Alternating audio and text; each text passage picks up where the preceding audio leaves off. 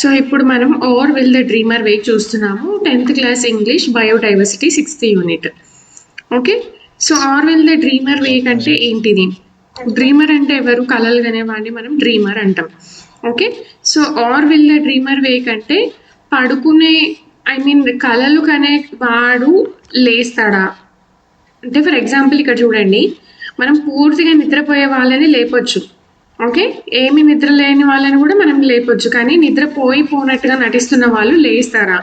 So యాక్చువల్గా ఇది ఇక్కడ మనకి ఎందుకు ఇచ్చినారు అని అంటే, ఒకవేళ మనం పోయం చూస్తే కనుక ఇది మనకు అర్థమైపోతుంది. So no will go into the poem. Okay, ఇక్కడ పోయేట మనకి ఈ పోయం అనేది ఎవరు రాసారు అని అంటే Medora Chevalier. Okay, this poem is written by Medora Chevalier. So ఇక్కడ ఈమె మనకి ఏం రాసిందంటే 4 sides. Okay, 4 sides, east west north south.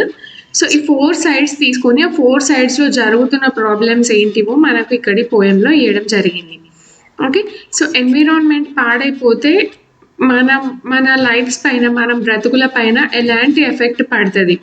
Okay, ఇప్పుడు ఒకవేళ ఎన్విరాన్మెంట్ బాగుంది అని అంటే, గాలి బాగుంది, ఇక్కడ ఉన్న వాటర్ బాగుంది, అన్ని బాగున్నాయి అంటే మనం కూడా చాలా హెల్తీగా ఉంటాం.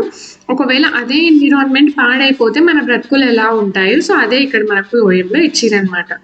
So we will see the poem now. Out in the east, the jungle listens, the tigress plaintive growls in pain. Okay, plaintive అంటే సాడ్ అనమాట. ఓకే, ప్లెయింటివ్ అంటే చాలా బాధ, సాడ్. గ్రోల్స్ అంటే అరుపులు, అరవడంని మనం గ్రోల్స్ అంటాం. సో ఇక్కడ out in the east the jungle listens. Jungle అంటే ఫారెస్ట్. సో ఈస్ట్ సైడ్న మనకి ఒక ఫారెస్ట్ ఉంది. ఆ ఫారెస్ట్లో టైగ్రెస్ అంటే ఆడపులి. Okay, plaintive growls in pain. So బాగా బాధతో అరుస్తూ ఉందంట. ఓకే, ఎందుకు అరుస్తుంది అంటే ఈస్ట్ సైడ్లో ఉన్న, అంటే ఇప్పుడు మనకి పోయంలో ఫస్ట్ స్టాన్జాలో మనకి ఈస్ట్ సైడ్ని తీసుకొని మెడోరా చెవాలియర్ గారు మనకి ఈస్ట్ సైడ్న జరిగిన ప్రాబ్లమ్స్ అన్ని ఎక్స్ప్లెయిన్ చేస్తున్నారు. సో ఈస్ట్ సైడ్న ఏం జరుగుతుంది అన్నది మనకి ఇక్కడ ఇచ్చినారు. సో ఈస్ట్ సైడ్ ఒక ఆడపులి చాలా నొప్పులతో బాధపడుతూ గట్టి గట్టిగా అరుస్తుందంట. ఎందుకు అరుస్తుంది? The great trees hear her breathing shaking inside her still the new life's wait. So ఆమె ఎందుకు అరుస్తుంది ఆడపులి గట్టిగా అంటే, the great trees hear the breathing shaking inside her still. So అక్కడ ఉన్న చాలా పెద్ద పెద్ద చెట్లు. ఓకే, అడివేమో ఆమె నొప్పుల్ని వింటుందంట, అక్కడ ఉన్న పెద్ద పెద్ద చెట్లు ఆమె బ్రీత్ని కూడా వినగలుగుతున్నాయి అంట. అంటే మనం ఇలా శ్వాస తీసుకుంటాం కదా, ఆ శ్వాస కూడా వినిపిస్తుందంట ఆ ట్రీస్ కి. Shaking her inside still. So ఇంకా ఆమె ఎందుకు అరుస్తుంది ఆ పులి అని అంటే, ఆమె లోపల ఉన్న ఒక న్యూ అవైటింగ్ బేబీ, అంటే రాబోతున్న పులి, అంటే ఇంకో పులికి జన్మనివ్వబోతుంది. సో ఆ నొప్పితో బాగా అరుస్తుందంట. ఓకే, అర్థమైందా?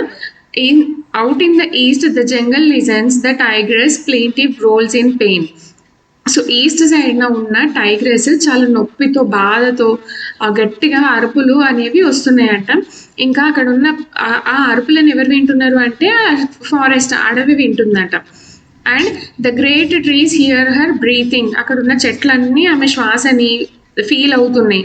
Shaking inside her still. So ఆమె లోపల కదులుతున్న ఒక బేబీ అని కూడా అవి ఫీల్ చేయగలుగుతున్నాయి అంట. అంటే ఆ పులి ఇంకో పులికి జన్మనివ్వబోతుంది అని. These cubs could be the last ones ever to freely live and roam and mate. So ఇక్కడ ఇంకేం చెప్తున్నారు అని అంటే, ఇప్పుడు పుట్టబోతున్న పిల్లల్ని, అంటే ఇప్పుడు పులి పిల్లల్ని కానీ సింహం పిల్లల్ని కానీ మనం ఏమంటామంటే కప్స్ అంటాం. పిల్లల్ని అయితే కప్స్ అంటాం. సో ఈ కప్స్, ఈ పిల్లలు ఏవైతే ఉన్నాయో అవే ఇంకా లాస్ట్ ఏమో ఈ భూమి మీద ఫ్రీగా స్వేచ్ఛగా తిరగడానికి, బ్రతకడానికి, ఇంకా కలుసుకోవడానికి. Our grandchild knows the tiger never or will the dreamer wake. So ఇంకా వచ్చే తరాలకి, అంటే మన ముందు ఇంకా జనరేషన్స్ ఉంటాయి కదా, ఆ జనరేషన్స్ వాళ్ళు టైగర్ అంటే ఏంటిదో చూడలేరు. ఎందుకంటే ఇదే లాస్ట్. ఇప్పుడు మనమున్న జనరేషన్లో ఇదే ఒకవేళ లాస్ట్ అయితే ఇంకా వచ్చే జనరేషన్స్ వాళ్ళు టైగర్ని చూడలేరు కదా, ఎందుకంటే ఎన్విరాన్మెంట్ పాడైపోతుంది.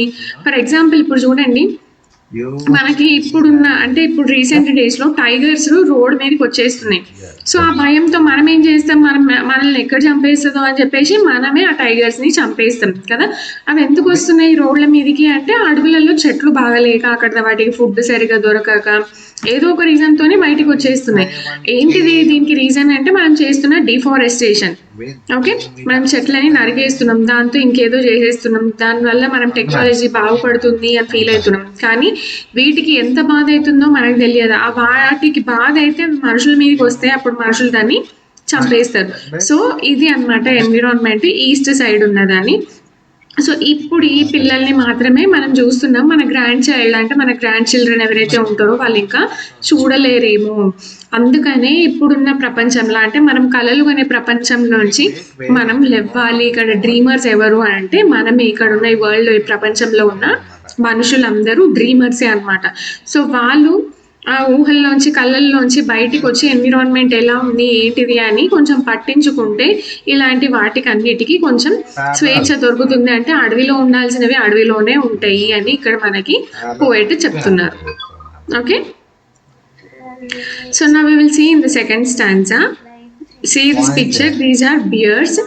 Okay, snuffles bears అంట ఇవి. So these are the bears. ఇవి చాలా కూల్గా ఉన్న ప్లేసెస్లో మాత్రమే ఉండగలవు. ఇక్కడ హాట్ టెంపరేచర్ ఉన్న దగ్గర ఇవి ఉండలేవు అనమాట. సో ఇక్కడ ఏం జరుగుతుంది అనేది మనం చూద్దాం. సో ఈ స్టాండ్స్లో మనకి నార్త్ సైడ్ గురించి ఎక్స్ప్లెయిన్ చేస్తున్నారు. Okay, far in the north the white bear snuffles down in her lair the gleaming snow. She waits for all the life she's making outside the crashing glaciers grow. These cubs could be the last cubs ever to freely live and roam and mate. Our grandchild knows the white bear never, or will the dreamer wake. So ఇక్కడ మనకి ఇంతకు ముందు అయితే east దగ్గర తీసుకున్నారు, అక్కడ tigress గురించి చెప్పినారు. ఇప్పుడు నార్త్ సైడ్ తీసుకుంటున్నారు. నార్త్ సైడ్లో ఏముంటుంది అంటే చాలా చల్లటి ప్రదేశాలు ఉంటాయి మనకి. నార్త్ సైడ్ చాలా కూల్ టెంపరేచర్ ఉన్న ప్లేసెస్ ఉంటాయి. సో అక్కడ ఏముంటాయి అంటే బియర్స్ ఉంటాయి. ఓకే, స్నఫల్స్ అంటే మీనింగ్ ఏంటిది అంటే టు బ్రీత్ నాయిసీలీ. చాలా అవి శ్వాస తీసుకునేటప్పుడు చాలా సౌండ్ చేస్తూ తీసుకుంటాయి అంట. ఓకే, సో ఇక్కడ నార్త్ సైడ్లో బియర్స్ అనేవి ఎలా బ్రీత్ చేస్తాయి అంటే చాలా నాయిసీగా సౌండ్ చేస్తూ చేస్తూ బ్రీత్ చేస్తాయంట.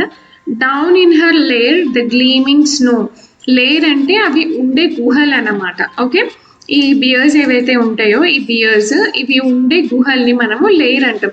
సో అది ఎలా ఉంటుంది మొత్తం అంటే గ్లీమింగ్ స్నో అంటే ఆ స్నోతో కప్పబడి ఉంటుందంట. మొత్తం స్నోతో కవర్ అయిపోయి ఉంటుంది. అది చాలా చూడడానికి వైట్గా ఉంటుంది కాబట్టి చాలా షైనింగ్గా కనిపిస్తుంది. గ్లీమింగ్ అంటే షైనింగ్ అనమాట. Okay, down in her lair the gleaming snow. She waits for all the life she is making outside the crashing glaciers grow.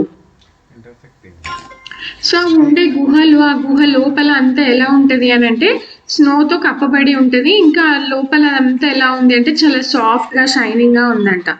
She waits for all the life she is making out side the crashing glaciers grow. So crashing అంటే కూలిపోవడం అనమాట. So గ్లాసియర్స్ grow అంటే ఇప్పుడు అక్కడ ఐస్తో అంతా ఉంది కదా, ఒకవేళ ఐస్ మెల్ట్ అయిపోయి కిందికి జారుతూ ఉంటుంది కదా, సో దాన్నే మనం గ్లాషియర్స్ అంటాం అనమాట. సో అది జారి జారి ఒక్కటేసారి పెద్దగా అంటే అది కుప్ప అయినా అవ్వచ్చు, లేదంటే వాటర్ అయినా ఎక్కువ ఫామ్ అవ్వచ్చు కదా. సో అందుకే మనం దాన్ని క్రాషింగ్ గ్లాషియర్స్ గ్రో అంటున్నాం. ఓకే, సో ఈ గుహలో ఉండే ఈ బియర్ ఏదైతే ఉందో అది జీవితాంతం వెయిట్ చేస్తూ ఉంటుందంట. తన లైఫ్ అంతా వెయిట్ చేస్తూ ఉంటుంది. ఎందుకు వెయిట్ చేస్తూ ఉంటుంది అని అంటే ఇంకొక కొత్త జన్మనివ్వడానికి, అంటే ఇంకొక బేబీకి జన్మనివ్వడానికి వెయిట్ చేస్తూ ఉంటుంది. కానీ అది అలా ఉన్నప్పుడు బయట ఏం జరుగుతుంది అని అంటే ఆ మంచు కొండలు ఏవైతే ఉన్నాయో అవన్నీ కూలి అది మెల్ట్ అయిపోయి కిందికి వస్తూ ఉందన్నమాట. దీని అంతటికి రీజన్ ఏంటిది అని అంటే మనుషులే. మరి మనుషులు ఎందుకు దీనికి రీజన్ అని అంటే యాక్చువల్లీ నేచర్ పాడవ్వాలన్నా అది మంచిగా ఉండాలన్నా అదంతా మనుషుల చేతిలోనే ఉంటుంది. సో ఇప్పుడు మనకి మన రాష్ట్రంలో అంటే మన స్టేట్లో టెంపరేచర్ ఒకలాగా ఉంటుంది, ఇంకో స్టేట్లో ఒకలాగా ఉంటుంది. కానీ మనం ఉన్న దగ్గర టెంపరేచర్ చాలా హాట్గా ఉంది ఇంకా అంతటా ఆల్ ఓవర్గా అనుకున్నప్పుడు మన స్టేట్ టెంపరేచర్ పక్కన వాళ్ళ కూడా పైన కూడా ఏమంటారు ఎఫెక్ట్ అవుతుంది. సో అప్పుడు అక్కడ వాళ్ళకు కూడా టెంపరేచర్ అనేది హీట్ అవుతూ ఉంటుంది. సో అలా అయ్యి నేచర్ అంతా పాడైపోయి ఎన్విరాన్మెంట్ అంతా పాడైపోయినందుకు ఆ ఐస్ అనేది ఏదైతే ఉందో మంచు అనేది కరుగుతూ వస్తుందన్నమాట. So these cubs could be the last cups ever.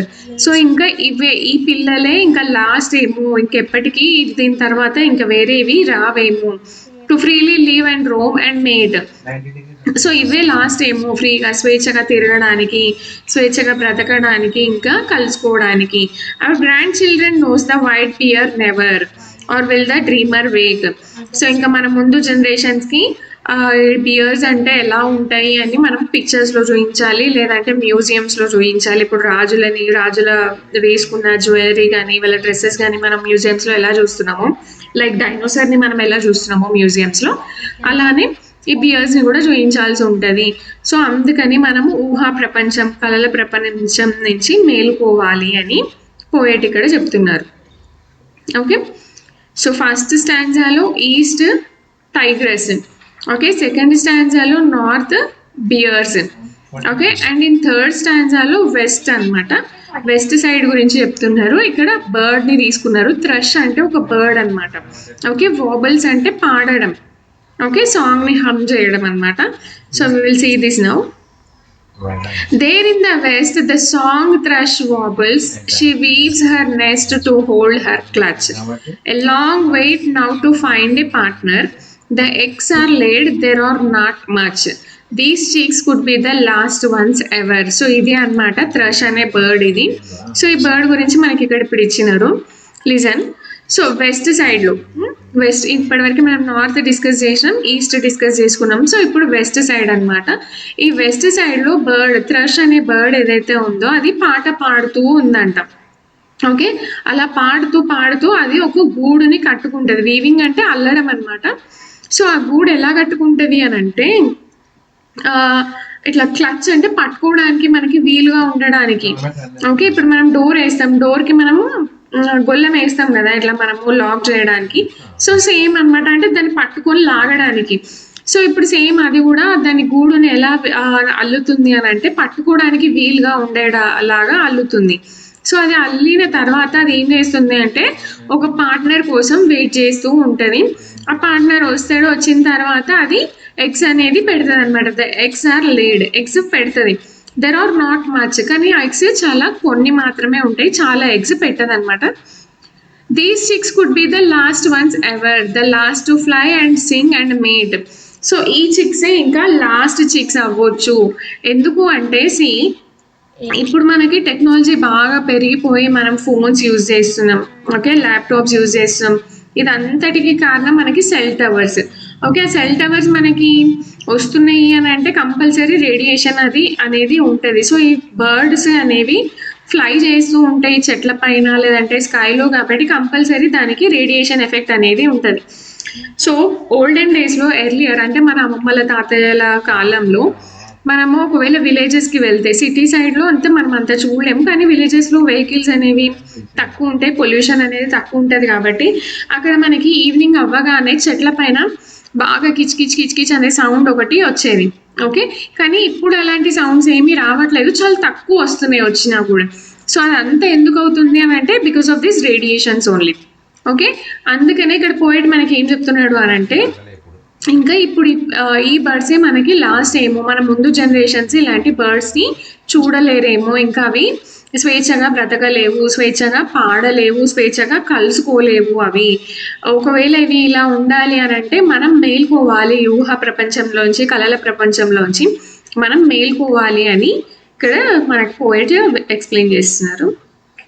So this is about thrush bird అనమాట. So now we will see the fourth stanza that is related to south side. Okay, we can see in the picture here, this is a whale in sea. Okay, so south side samudrala gurinchi manaki ikkada explain chestunnaru poet.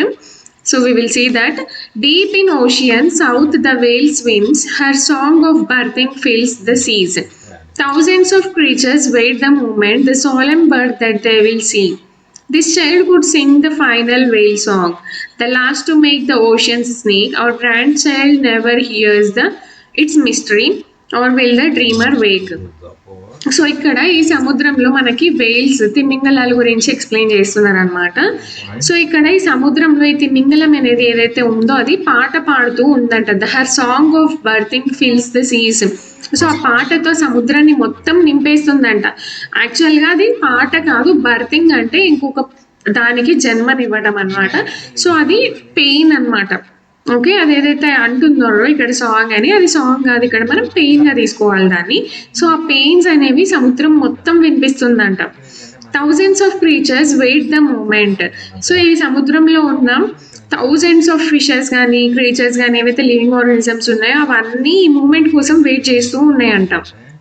The solemn birth that they will see. Solemn అంటే soul అంటే ఒక్కటే అన్నమాట. ఎందుకు ఒకటి అని అంటారంటే ఇంక దీని తర్వాత ఇంకేవి పుట్టవేమో, ఎందుకంటే ఇక్కడితోనే మేమంతా చనిపోతాం అని. సో ఫర్ ఎగ్జాంపుల్ ఇండస్ట్రీస్ ఉన్నాయి. ఇండస్ట్రీస్ అన్ని ఏం చేస్తే ఇప్పుడు ఏదైతే వేస్టేజ్ అంతా ఉంటుందో, స్మోక్ ఏదైతే ఉంటుందో అదంతా ఎన్విరాన్మెంట్లో కలిసిపోతుంది. ఆ వేస్టేజ్ ఏదైతే ఉందో అదంతా రివర్స్లోనూ లేదంటే సీలోనూ డంప్ చేసేస్తూ ఉంటారు. సో అప్పుడు ఈ వాటర్ అంతా పొల్యూట్ అవుతుంది. అప్పుడు పొల్యూట్ అయినప్పుడు ఇక్కడ ఉన్న ఇందులో ఉన్న క్రీచర్స్ అన్నీ కూడా పొల్యూట్ అయి పాయిజన్ అయి చనిపోతాయి అన్నమాట. సో అందుకని అవి ఏమంటున్నాయనంటే ఇది ద సోల్ బర్త్, అంటే ఒకే ఒక బర్త్ కోసం మేము ఎప్పటి నుంచో వెయిట్ చేస్తున్నాం అని చెప్తుంది. This child could sing the final whale song. So ఇప్పుడు పాడుతున్న వేలు ఇది ఫైనల్ అన్నమాట. ఇంకా ఈ పాట ఫైనల్ సాంగ్ అని చెప్తున్నారు. The last to make the oceans shake. So ఇంకా ఈ సాంగ్ ఒకటే ఈ ఓషియన్ ని షేక్ చేయగలదు, అదే ఈ final song. Hour grand children never here it's mystery. So ఇంకా మన గ్రాండ్ చిల్డ్రన్, మన ముందు జనరేషన్స్ ఎవరైతే ఉన్నారో వాళ్ళు ఈ మిస్టరీ గురించి మళ్ళీ ఎప్పుడు వినలేరు. ఓకే, ఎందుకంటే ఇంకా ఇదే లాస్ట్, ఇక్కడితోనే ఇవన్నీ అంతరించిపోతాయి. ఇంకా మళ్ళీ జన్మ అంటూ మళ్ళీ జన్మనివ్వడం అంటూ వీటికి పాసిబుల్ అవ్వదు. ఎందుకంటే ఇక్కడ ఉన్న వాటర్ అంతా పొల్యూట్ అయిపోయింది అనుకో, అందులో ఇవేవి బ్రతకలేవు. Or the will the dreamer wake up. So అందుకని ఈ ఊహా ప్రపంచంలోంచి మనం అందరం మేల్కోవాలి అని ఇక్కడ పోయేట మనకి ఎక్స్ప్లెయిన్ చేస్తున్నారు. So all the 4 sides are over, north south east west. So ఇంకా ఏముంది మనకి ఇక్కడ అంటే అప్ అండ్ డౌన్.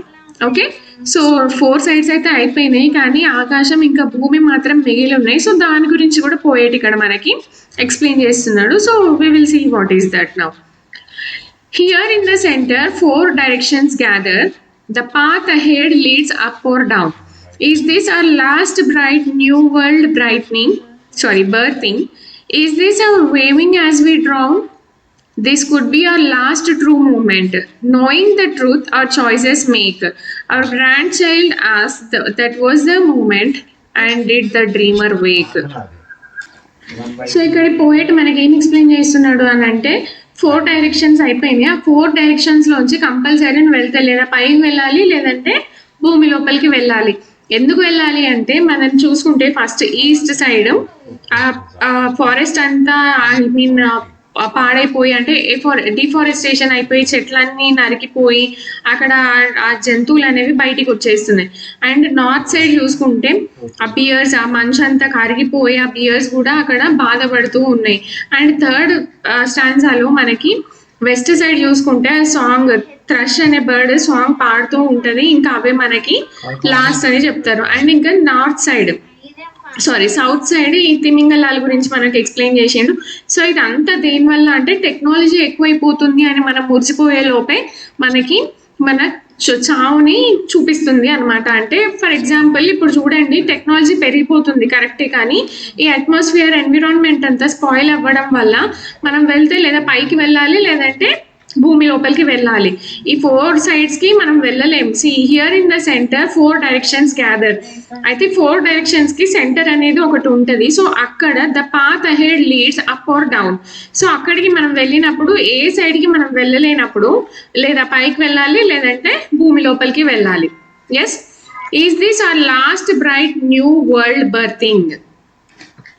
సో ఇంకా ఇదే జన్మ మనకి లాస్ట్ ఏమో. ఎందుకు అని అంటే మన చుట్టుపక్కల ఉన్న ఎన్విరాన్మెంట్ని మనమే పాడు చేసుకుంటున్నాము, మన చేతులతో మనమే దాన్ని పాడు చేస్తున్నాము, అంతా దాన్ని నాశనం చేస్తున్నాము. సో దాని ఎఫెక్టే మనకి ఇది అనమాట. అంటే మనం హెల్తీగా బ్రతకలేం. ఫర్ ఎగ్జాంపుల్ మనం సిటీస్కి విలేజెస్కి డిఫరెన్స్ చూసుకుంటే సిటీ సైడ్ ఉన్న వాళ్ళకి బీపీస్, షుగర్స్ చాలా ఎక్కువ ఉంటాయి అండ్ వాళ్ళు చాలా చూడడానికి కూడా హెవీగా ఉంటారు. అదే విలేజ్ సైడ్ చూసుకుంటే మనకి ఎవరికి బీపీలు కానీ షుగర్ కానీ ఉండదు అండ్ వాళ్ళు చూడడానికి కూడా సన్నగా ఉంటారు.